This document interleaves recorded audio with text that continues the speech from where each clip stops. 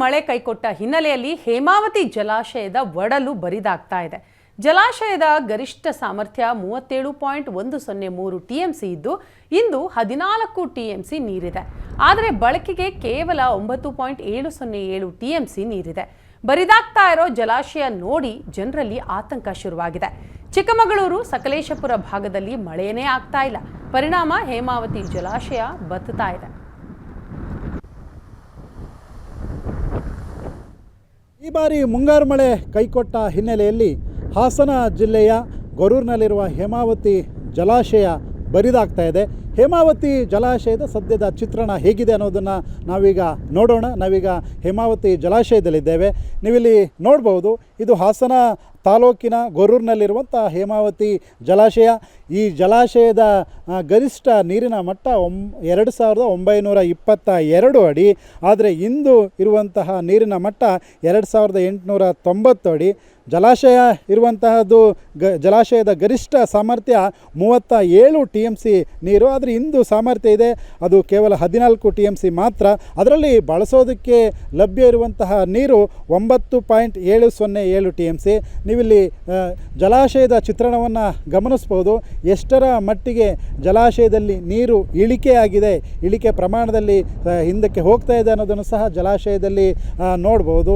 ಈ ಭಾಗದಲ್ಲಿ ಸಂಪೂರ್ಣವಾಗಿ ಕಳೆದ ವರ್ಷ ಎಲ್ಲ ಸಂಪೂರ್ಣವಾಗಿ ಈ ಭಾಗ ಭರ್ತಿಯಾಗಿರ್ತಿತ್ತು. ಆದರೆ ಈ ಬಾರಿ ಭರಿದಾಗಿದೆ. ಬತ್ತಿರುವಂತಹ ಚಿತ್ರಣ ಇಲ್ಲಿ ಸದ್ಯ ಕಂಡು ಬರ್ತಾ ಇದನ್ನು ಸಹ ನೀವಿಲ್ಲಿ ದೃಶ್ಯಗಳಲ್ಲಿ ನೋಡಬಹುದಾಗಿದೆ. ಒಂದು ಭಾಗದಲ್ಲಿ ಬರಿದಾದ ಜಲಾಶಯದ ಒಂದು ಭಾಗ ಬರಿದಾಗಿದೆ, ನೀರು ಕೆಳಮಟ್ಟಕ್ಕೆ ಹೋಗ್ತಾ ಇದೆ. ಹೀಗಾಗಿ ರೈತರು ಸಾಕಷ್ಟು ಆತಂಕಗೊಂಡಿದ್ದಾರೆ. ಕಳೆದ ವರ್ಷ ಈ ದಿನ 24 ಟಿಎಂಸಿ ನೀರಿತ್ತು. ಆದರೆ ಇವತ್ತು ಕೇವಲ 14 ಟಿಎಂಸಿ ಮಾತ್ರ ನೀರಿದೆ. 10 ಟಿಎಂಸಿ ಕಳೆದ ವರ್ಷಕ್ಕೆ ಹೋಲಿಕೆ ಮಾಡಿದರೆ 10 ಟಿಎಂಸಿ ನೀರು ಕಡಿಮೆ ಇರೋದನ್ನು ನಾವಿಲ್ಲಿ ನೋಡ್ಬೋದಾಗಿದೆ. ಈ ಬಾರಿ ಮುಂಗಾರು ಮಳೆ ಕೈಕೊಟ್ಟಿರುವ ಹಿನ್ನೆಲೆಯಲ್ಲಿ ಈಗಲೂ ಸಹ ಚಿಕ್ಕಮಗಳೂರು, ಮೂಡಿಗೆರೆ, ಸಕಲೇಶಪುರ ಭಾಗದಲ್ಲಿ ಮಳೆ ಆಗದ ಹಿನ್ನೆಲೆಯಲ್ಲಿ ಕೇವಲ 85 ಕ್ಯೂಸೆಕ್ಸ್ ಮಾತ್ರ ಒಳಹರಿವು ಇದೆ. ಬಹಳ ಕಡಿಮೆ ಪ್ರಮಾಣದ ಒಳಹರಿವು ಇರೋದನ್ನು ನಾವು ಜಲಾಶಯದಲ್ಲಿ ಕಾಣ್ಬೋದಾಗಿದೆ. ಜೊತೆಗೆ ಹೊರಹರಿವು ಅಂದರೆ ನಾಲೆ ಮತ್ತು ನದಿಗೆ 1350 ಕ್ಯೂಸೆಕ್ಸ್ ನೀರನ್ನು ಹೊರಭಾಗಕ್ಕೆ ಬಿಡ್ತಾ ಇದ್ದಾರೆ.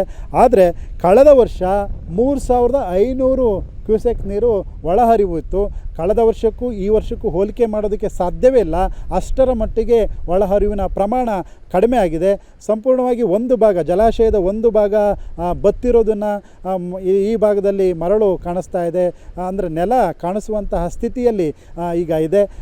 ಕಳೆದ ವರ್ಷ ಈ ದಿನದಲ್ಲಿ ಈ ಕಣ್ಣು ಹಾಯಿಸಿದ ಕಡೆಯಲ್ಲೆಲ್ಲ ಜಲಾಶಯದಲ್ಲಿ ನೀರು ಕಾಣಿಸ್ತಾ ಇತ್ತು. ಆದರೆ ಈಗ ಜಲಾಶಯದಲ್ಲಿ ಒಂದು ಭಾಗ ಬರಿದಾಗಿ ಜಲಾಶಯ ಬತ್ತಿರೋದನ್ನು ಸಹ ನೀವಿಲ್ಲಿ ದೃಶ್ಯಗಳಲ್ಲಿ ನೋಡ್ಬೋದಾಗಿದೆ. ಹಾಸನ ಜಿಲ್ಲೆ ಸೇರಿದಂತೆ ಮಂಡ್ಯ, ತುಮಕೂರು ಜಿಲ್ಲೆಯ ಜನರು ಸಹ ಹೇಮಾವತಿ ಜಲಾಶಯದ ನೀರನ್ನು ಅವಲಂಬಿಸಿದ್ದಾರೆ. ಅದು ಕುಡಿಯೋದಕ್ಕೆ, ಜೊತೆಗೆ ಕೃಷಿ ಚಟುವಟಿಕೆಯೂ ಸಹ ಹೇಮಾವತಿ ಜಲಾಶಯದ ನೀರನ್ನು ಅವಲಂಬಿಸಿದ್ದಾರೆ.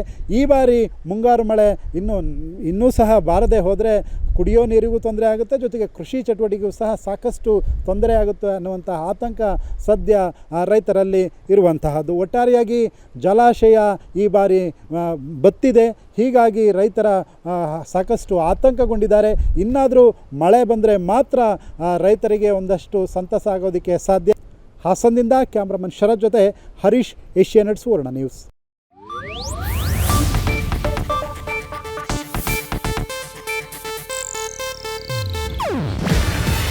ಇದು ಏಷ್ಯಾನೆಟ್ ನ್ಯೂಸ್ ನೆಟ್ವರ್ಕ್ ಪ್ರಸ್ತುತಿ. ನೀವು ನೋಡ್ತಿದ್ದೀರಾ ಏಷ್ಯಾನೆಟ್ ಸುವರ್ಣ ನ್ಯೂಸ್.